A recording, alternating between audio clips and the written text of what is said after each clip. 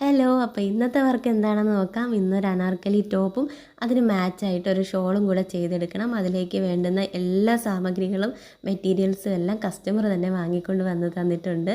അപ്പോൾ അതിന് വേണ്ടുന്ന ലൈനിങ്ങും ഷോളിൻ്റെ മുറിച്ച് വാങ്ങിയ പീസാണ് കേട്ടോ ഷോളിനായിട്ട് എടുത്തിട്ടുള്ളത്.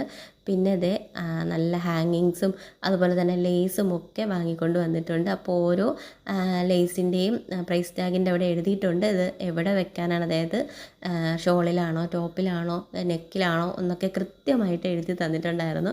അതുകൊണ്ട് സംഭവം എളുപ്പമായി. പിന്നെ ഈ ഒരു തുണി പിടിച്ചാൽ കിട്ടാത്തൊരു ടൈപ്പ് തുണിയായിരുന്നു കേട്ടോ. അതുകൊണ്ട് തന്നെ കട്ട് ചെയ്യാൻ കുറച്ചധികം സമയമെടുത്തു, സ്റ്റിച്ച് ചെയ്യാൻ അതിലേറെ സമയമെടുത്തു കേട്ടോ. കാരണം ഈ ഒരു ലേസിലൊക്കെ തന്നെ ഒരുപാട് കല്ലും കാര്യങ്ങളും ഒക്കെ ഉണ്ടായിരുന്നത് കൊണ്ട് സ്റ്റിച്ച് ചെയ്ത് വരുമ്പോൾ എങ്ങനെയായാലും സൂചി ഒടിഞ്ഞു വരും കേട്ടോ. പിന്നെ അത് കാരണം ഞാൻ ഇടയ്ക്കിടയ്ക്ക് സൂചി മാറ്റേണ്ടി വന്നു. മാത്രമല്ല ഈ കല്ലിരിക്കുന്ന ഭാഗത്തെ കല്ലൊക്കെ, ഈ തയ്ച്ച് വരുന്ന ഭാഗത്തിരിക്കുന്ന കല്ലിനെയൊക്കെ ഞാൻ ഇതുപോലെ ഇളക്കി കളഞ്ഞിട്ടാണ് പിന്നെ തയ്യൽ പുരോഗമിപ്പിച്ചെടുത്തത് കേട്ടോ. എന്നാലും കുറച്ചധികം സമയം വേണ്ടി വന്നെങ്കിലും സംഭവം അവസാനത്തെ ഔട്ട്ഫിറ്റ് അടിപൊളിയായിട്ട് കിട്ടിയിട്ടുണ്ടായിരുന്നു കേട്ടോ. ഇപ്പോൾ താഴത്തെ ഭാഗത്ത് ഇങ്ങനെ നല്ല ഹെവി ആയിട്ട് വർക്ക് ചെയ്തിട്ടുള്ള ലേസാണ് വെച്ച് കൊടുത്തത്. അതുകൊണ്ട് തന്നെ നല്ല വെയിറ്റ് ഉണ്ടായിരുന്നു കേട്ടോ ഡ്രസ്സിനെങ്കിലും നല്ല സൂപ്പറായിട്ട് കിട്ടിയിട്ടുണ്ട്. ഇത് അവസാനമായിട്ട് ഹാങ്ങിങ്സും കൂടെ വെച്ച് കൊടുക്കാനായിട്ട്. അപ്പോൾ ഇതാണ് ഫുള്ളായിട്ടുള്ള ഔട്ട്ഫിറ്റ് എന്ന് പറയുന്നത്. അടിപൊളി നല്ല ഭംഗിയായിരുന്നു കേട്ടോ. ബാക്ക്ഗ്രൗണ്ട് റെഡ് വരുന്നത് കൊണ്ടാണ് അങ്ങോട്ട് കാണാത്തത്. എങ്കിലും സംഭവം അടിപൊളിയായിട്ടുണ്ട്. കസ്റ്റമറിന് നന്നായിട്ട് ഇഷ്ടപ്പെട്ടു എന്ന് പറഞ്ഞു.